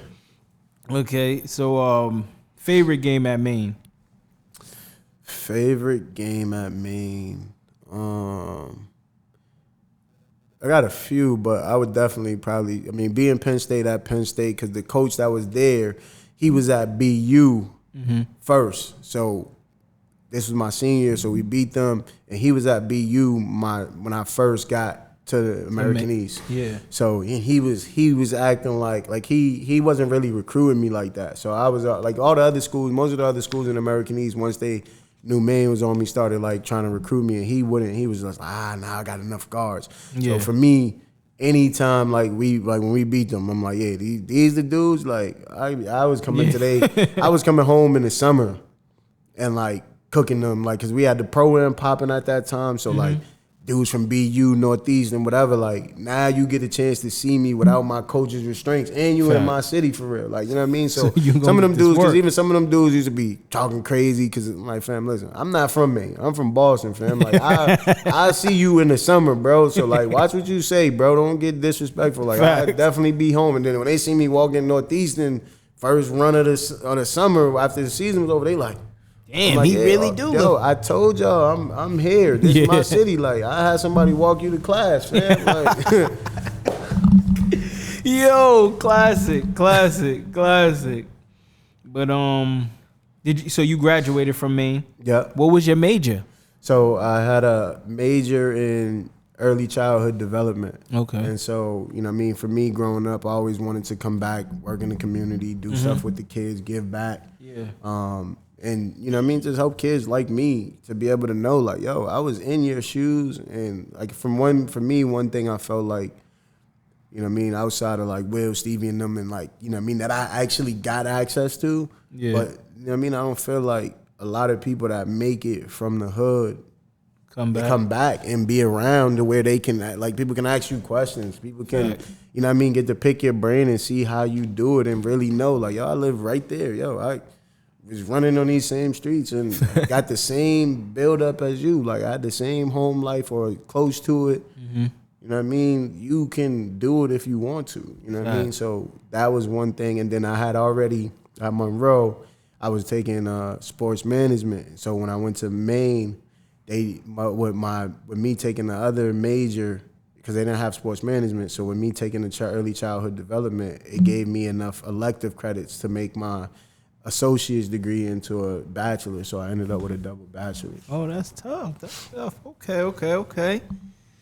But after college, you decided. After college, you got invited to the G League, right?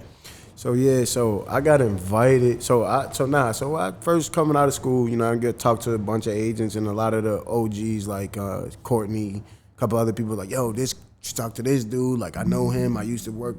This was my agent at one point, so I was kind of getting a runaround. Like, I went to once a couple of the agents is like, oh yeah, from the guy I heard you was, or the type of, they wasn't really trying to see me. They wasn't like, oh, I'm gonna come to the next pickup and then go from there, or I'm gonna have a workout and then you show up, right?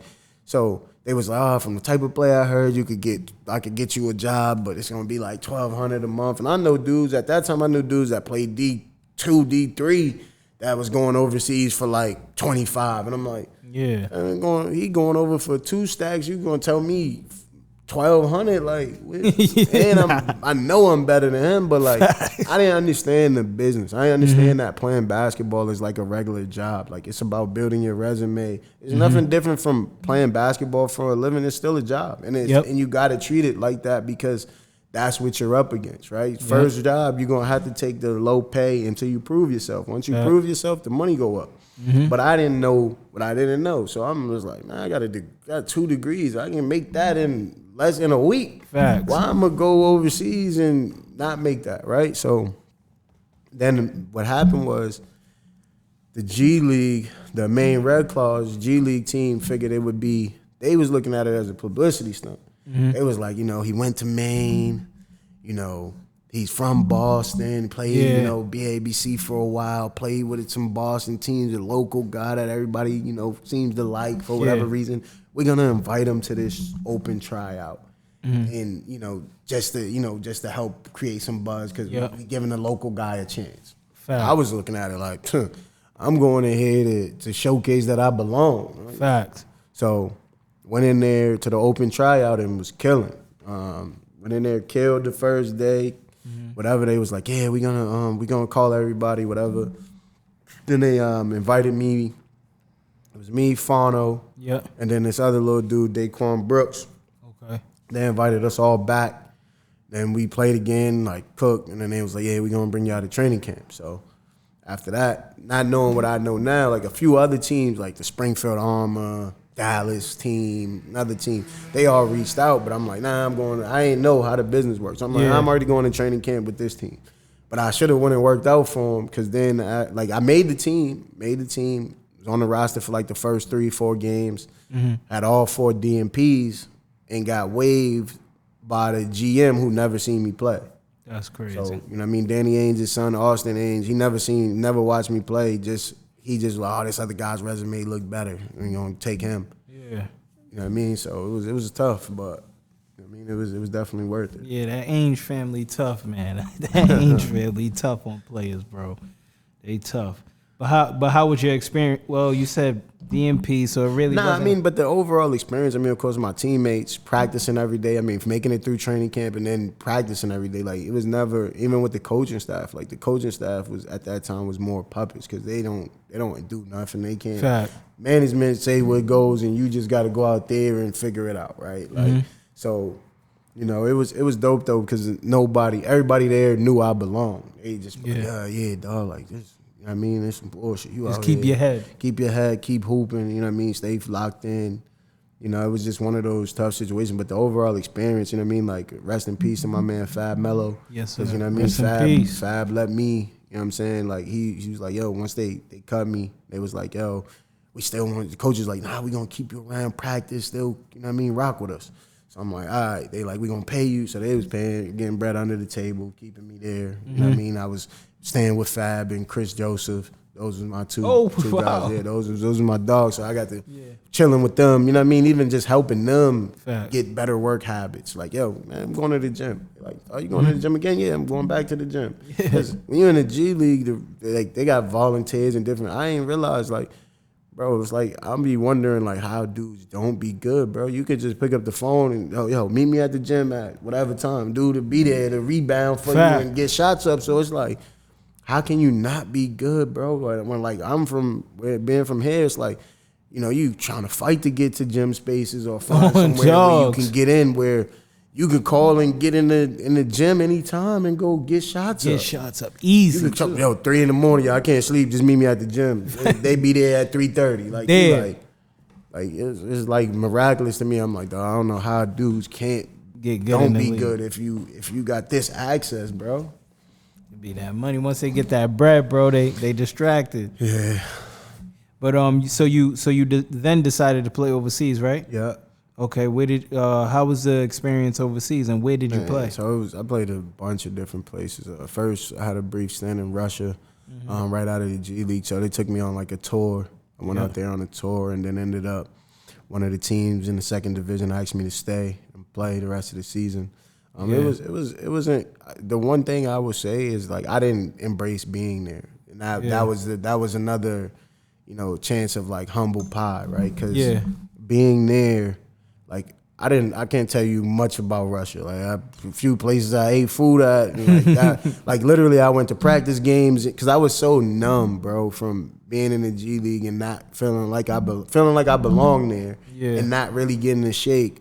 So like I would just go home, talk to people on the phone and back at the crib, right? Like just get out of practice, get out of games, and just go back to the apartment. Like my teammates just, come out with us here. Nah, I'm straight. I'm going back. Because like I was so, bro, like after I got cut, bro, like literally I got cut. We was on the road. We was in, when I was in the G League, I got cut on the road, and we was playing the Mad Ants. So we was in Indiana. And literally, they cut me. Like I was working. We was having practice because we was like a blizzard back in Maine. So we had to wait an extra day. So we working out. I got a bunch of guys that working out with me because they like, yo, you know some shit. I'm gonna work with you. So I'm leading the drills. I got them working out with me, doing the drills that I'm doing. So I got a group of them working out. And then the coach is like, yo, can we talk to you? Yo, man, we gonna waive you, but it's not us. It's the upper management. So I had to travel back with the team after being cut. Reporters just calling me in the airport. You know what I mean? It's hard not to. I can't really be around my team because everybody, like, I'm heated, bro. I'm like, you know what I mean? So that was just a tough pill, and I could never, going to Russia, I just was like, I'm not being friends with nobody. This just a business. This just a job. And, so now I played well. Exit meeting, right? So I go to talk to management, the coach. They're like, yeah, we like you on the basketball court. You're a great player. You had great numbers, but a lot of the locals be signing like 2-year, 3-year deals. So they like, yeah, but the team don't like you. What you mean? They're like, you don't do nothing with the team. They say you don't like being in Russia. You didn't go to no places with them. You don't shower with the team. You don't do nothing with the team. I'm like, bro, I didn't come here to make friends. I came here to play basketball, right? And they're like, yeah, tell me 3 things about Russia. And I looked at them like, I didn't tell them nothing. Like, and so once they had that, like, I literally had the whole plane ride where I just sat there like, yo, I can't believe I got cut.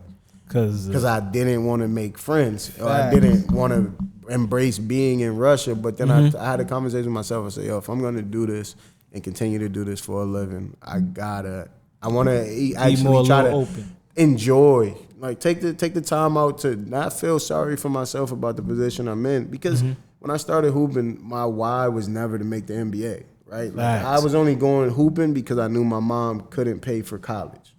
So my why was only to go to school for free. Now that I'm playing pro and making a living doing it, I'm like, I don't got no reason to be mad. Like, I'm able to do something that a lot of people wish they can do. Like, I'm embracing that because I wasn't NBA or bust for me. It was being able to prove everybody wrong that I can play Division I and, excel. And then now that I'm playing pro, it's like, and I started setting goals for myself. I want to see if I can play 10 years of pro basketball. So then coming home from Russia, had to start over again because now I couldn't go back to the Russian market because, the locals talk to other locals. So a lot of teams is like, we heard he's not a good team. We heard, you know what I mean? So I'm like, all right, that's out of the picture. But then I ended up going to the Canadian Combine and got drafted into that league. To the 2-time defending champ London Lightning. And so I had a brief stint with them and then, just played in the Canadian League for a few years. And that was dope, playing and traveling around Canada and different things like that. Yeah. You know what I'm saying? And my fiance from out that way. So, it was dope. It's dope being, in Canada. I love Canada, you know what I'm saying? But, then from Canada, I ended up so they had signed, the team that I was playing for signed a Cale Carr. You remember Crime Stopper, right? That's the little bro too. You know what I mean? He actually play in the league that I coach in now. He play in the TBL too. So wow. He played for the Reddit Rebels or whatever. But that's little bro. But he told me that the GM was like, yo, when you come here, you and the Cale, y'all gonna battle it out. You know what I mean? Whoever get the spot. So I'm just bigger and stronger than the kid. So I wasn't playing fair. I'm posting his little ass up all day. You know what I'm saying? And like I played better than him throughout training camp. And then the coach was like, the GM, the coach loved me. The coach was like, yeah, man, you. GM didn't even tell the coach before he cut me. He cut me like, he's like, yo, listen, I know you ain't gonna come. I'm like, why should I have to back him up when you told me if we compete? And I beat him out. He's like, yeah, but we got a lot of marketing and a lot of stuff. I said, bro, so he cut me. So I ended up, mind you, I took a pay cut to stay, right? Yeah. So I was making 1,800 Canadian, which is like 15 and some change, like a little under 16 probably at that time, right? Okay. So I'm like, all right. So I went from first year I had to make the league minimum in that league, so I was making 1,600. Then they boost me up to 18. So that season I started out with them for 18. Then I left there, went to Rochester to play in the PBL with my old coach that coached me the year before in Canada for 25. Okay. Right. So he boosted me up. I'm making 25 US. Right. So I knew that team that I left, like Akil was just, that league is very physical and he's little, you know what I mean? And then that team, they like the referees don't really like the GM, so they let you get beat up, right? Yeah. So now they want to change things up halfway through the season. And he's like, yeah, man, calls Coach Spawn, like, yeah, man, we want to get Radio back if he's willing to come. So I know how cheap the GM is. So I was comfortable in Rochester. Like I said, I went to school there. So now I'm straight, right? So he's like, yeah, we could get him back. I was playing backup point guard in Rochester though but this PG had been there since I was in JUCO, so I wasn't worried about it. Like I'm still playing. You still doing your thing. So I told him, I'm like, if Ian want me back, he gotta pay me $39. You want to see me come back? He gotta pay me $39. And Ian's cheap. But when he said, yeah, I'm on the road. Yeah, I'm on the road. I'm there. That means he wanted you bad. Well, yeah, plus at that time, you know what I mean? He was just desperate, and he needed a guy that the guys that was there could trust. He couldn't just take the time to bring in somebody else and hope that they pan out. So, you know what I mean? And all the guys was kind of mad that I was the one they let go.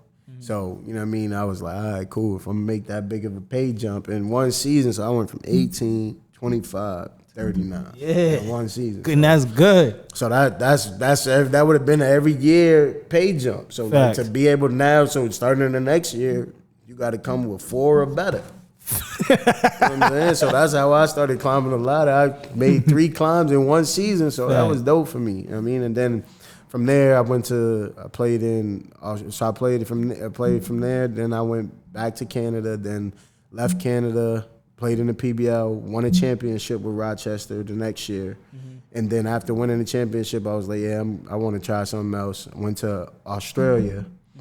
From Australia to Indonesia, Indonesia to China, China to Hong Kong to Argentina. So you've been around. Got to travel around a little bit, man. A few stamps on the passport. Just to play basketball. Been fortunate and played the last few seasons in Jamestown, but been fortunate enough to be able to say I played 10 years pro. Last place I played in Thailand for a quick little tournament for one of the tournaments that they have out there for 2-3 weeks. But you know what I mean, I haven't officially retired yet, but you know what I mean, I'm trying to fill that out. Yeah. You know what I mean, so yeah, I'm getting back in shape and back right, man. But we'll see, man. It got to make sense to get me off the couch. I love what I'm doing now, so. Okay.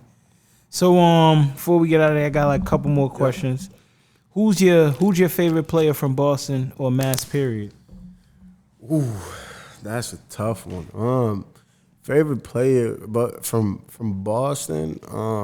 Or it could be from Mass period. Nah, yeah, but I mean, of course, Boston. If I ain't see you, for me, if I see you in the trenches and the tournaments and then everything else, and you know what I mean, you from Boston for me. But I would definitely say Courtney Eldridge. Just because he's smaller, you know what I mean, play great defense, you know what I mean, little stuff like that, you know what I'm saying? I watch him cause havoc to a lot of guards. I mean, you know, my mentors, you know what I mean, Will and Stevie, you know what I mean, just being able to, them tutoring me. But I mean, Other than that, I mean, I would say go Monty Mack. Yep. And then definitely Tony Lee. Okay. Because just for playing with Will and Stevie, like, I mean, Shabazz was always geared to be a hybrid version of them two, right? Because he'd been around them since he was a kid, where I started coming around him in high school when I started playing BNBL with Mission. Mm-hmm. So, like, out of those two, like, of course, I picked up little things that I could pick up, and I learned how to run a team from them two. Fact. But, like, the dude I watched the most, because he wasn't as skilled as them, he just would will his way to wins and just had a heart of a lion, was Tony. So, like, a lot of people don't realize, and I know not everybody noticed, but, like, I modeled a lot of my game after Tony Lee because I just watched him will his way and just wanted more than a lot of guys. Yeah. You know what I mean? Not dudes that I know was more talented and whatever, but, like, he's just unstoppable because of his mindset. Like, never forget my sophomore year before the All-Star game, watching him, everybody else in the locker room joking around and chilling. He in the corner talking to himself, like, let's go to work, Hat. You about to kill everybody. And I'm like, oh, it's an all-star game. Nah, it was the championship to him. Every game that he played, he wanted to dominate. He wanted to win. And that was one thing I was like, yeah. I wonder, does he know he's such a city favorite? Because everybody I interviewed that's basketball legend has said his name at one point. I think it's like, it's one of those things, man. It's like you realize it a little bit, but you don't realize it until you're able to really sit down. And you know what I mean? I think when you still out there and you still doing it, a lot of people don't give you your flowers, man. That's for me, that's always been a big thing. That, like, I like to give dudes they flowers now. You know what I'm saying? Everybody want to give them their flowers. Talk about him when he's washed up and whatever. Like, you can still watch him in the old timers league, still doing what Tony Lee doing. He's still playing some tournaments to this day and killing, and still be able to kill just because he's mentally tougher than everybody else. You know what I mean? And he know how to play. He gonna will his way to a win as he always has. You know what I mean? And everything else he developed. You know what I mean? If you look at the stats on him, it's crazy. You know what I mean? Like, freshman year, like, rebounds, led the nation in assists. Not, you know what I'm saying? The toughest thing was, if it was today's era, he might even had a chance to, like, at that time when he came out, you had to have a position. And that was the biggest thing, is what position do he play? He's just a basketball player. You can put him wherever, he gonna find a way to make it work. For real. He definitely gonna make it work, for real. Yeah. So what is radio up to? So what is radio doing now? Right now, man, I was coaching the pro team that I used to play for. It's in the league called the TBL, which stands for the Basketball League, the third highest ranked league in the United States. So it goes NBA, G League, and then our league. Okay.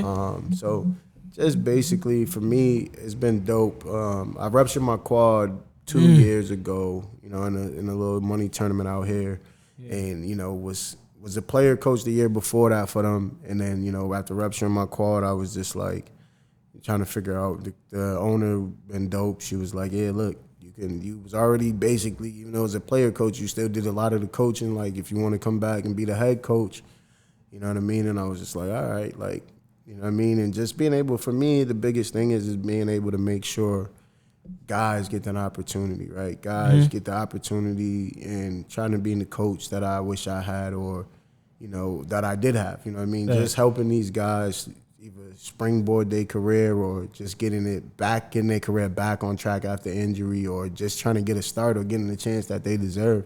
I mean, it's just dope for me to be able to help guys, especially one from where I'm from, and from, you know, everywhere else that I feel like deserves a shot. So I love it because I'm able to help them, and then also within the organization, it gave me space to grow, right? I was able to start my own mentoring program called Be the Change throughout that same platform. And then basically how we gear it is we get the guys that come into play to be positive role models, because they grow up just like these kids. And for these kids, being able to see somebody that they know doing, that's dope. And then they help these guys get their next job, get them overseas, or help them, you know, figure out what they want to do with their career and stuff like that. So it's been a dope transition, man. That's dope, man.